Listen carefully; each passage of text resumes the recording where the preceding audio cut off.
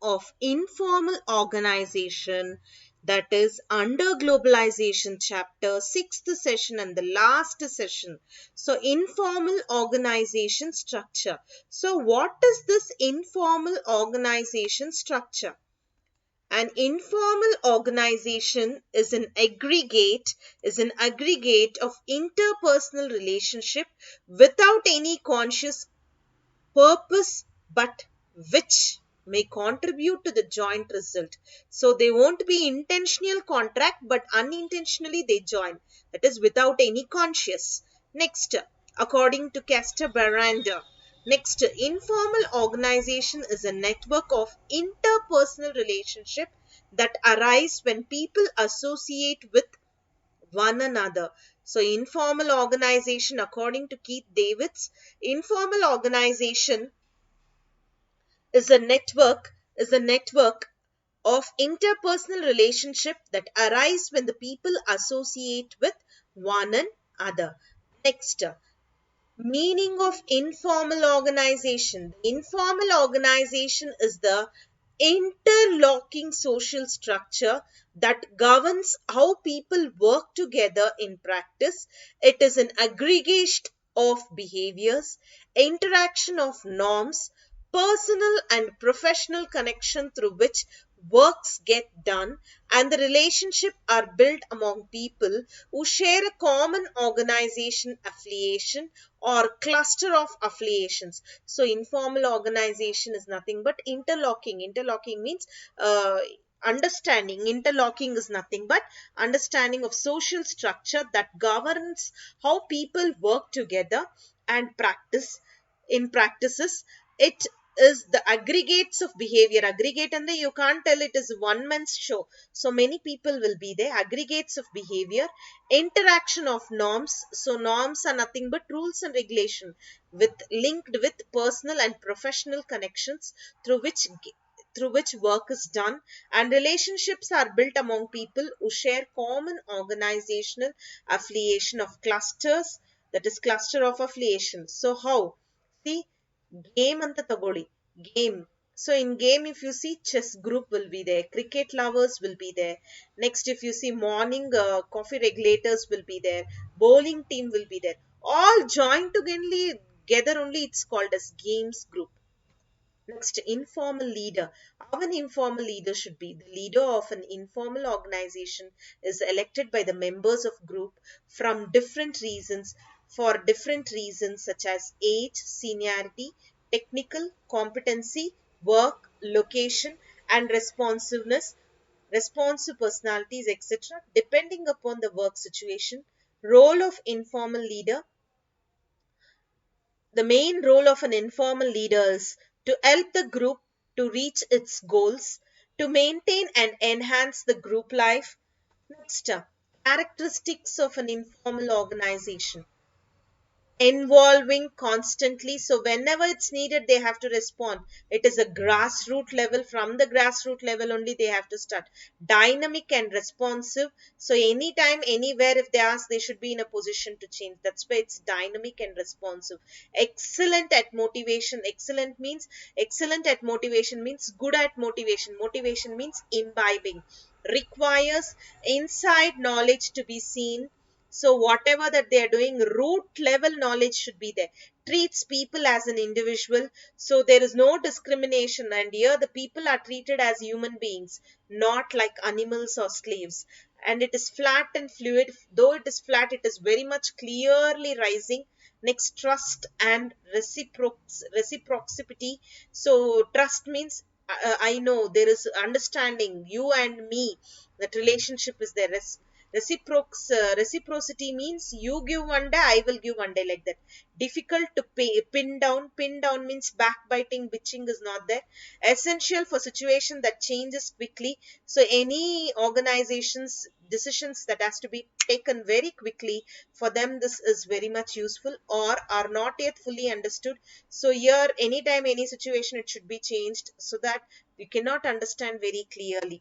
Next, functions of an informal organization. First, prospective, perpetuate the cultural and social values. What an organization says, that is that is perpetuate means follow the cultural and social values. Whatever this perpetuate, that means follow the norms, according to that only it has to work. Next, provide social status and satisfaction. So when you're working together, the work does become very easy, and there is a form of satisfaction.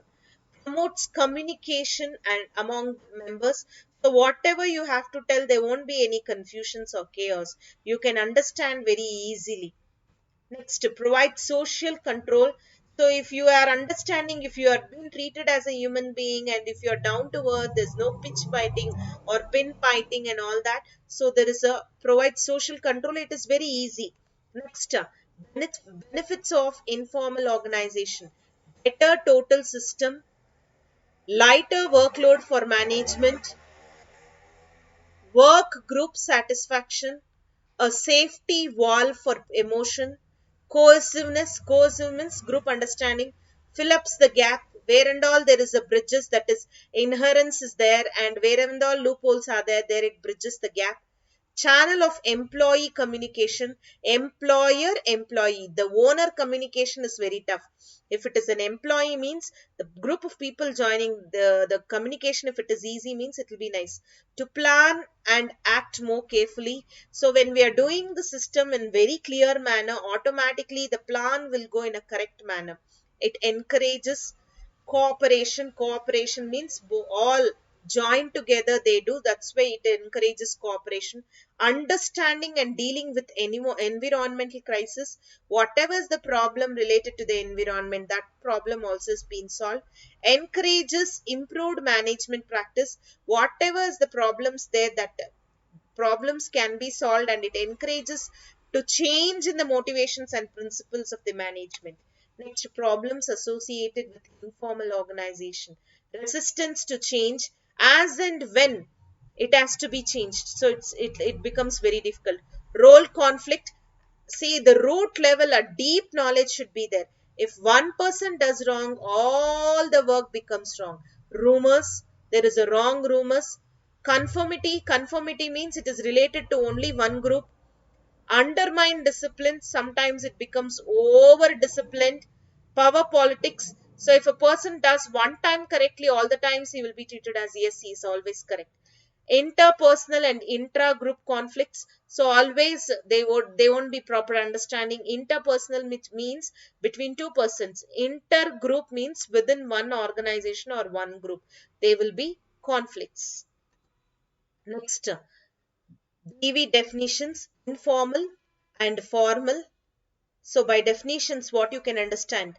So formal, it has its own rules and regulation that must to be followed by the members. It has a system of coordination and authority. It has a clear superior and subordinate relationship. The objectives are specific and well defined. All the members are given specific duties and responsibility. But when it comes to the informal, this is like differentiation, that is difference between formal and informal. That is differentiation, that means differentiation.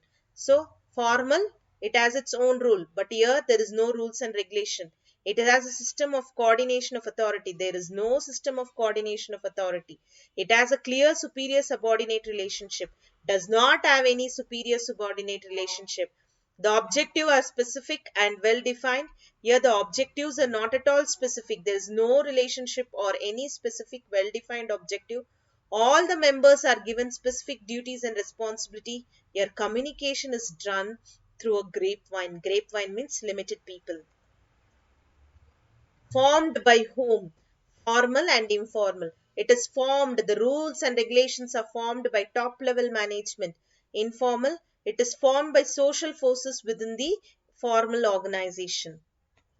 Next, rules and regulation in formal and informal. The members have to follow certain rules and regulation. These rules and regulation are always written, documented. They are made by formal authority, that is superiors. If members follow these rules properly, then they will be rewarded. However, if they do not follow these rules and regulations, they will be punished. Yes, under informal, the members of an informal organization do not have a formal any rules and regulation. Next, duties and responsibilities. Informal, the duties and responsibilities or authority and accountability, each member is well defined. But there under informal, no fixed duties and responsibility, authority and accountability. All are free. Next, objectives or goals. Objectives or goals are specified and well defined, but here under informal, there is no specified and defined. The main objective are productivity, growth, and expansion, but in informal, the main objective is friendship, security, common interest, individual and group satisfaction. Next, benefits. Benefits of formal and informal.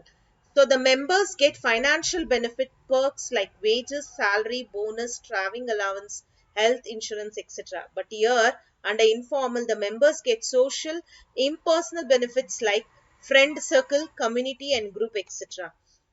Others, who and all will come. Formal is stable, but informal it's not stable.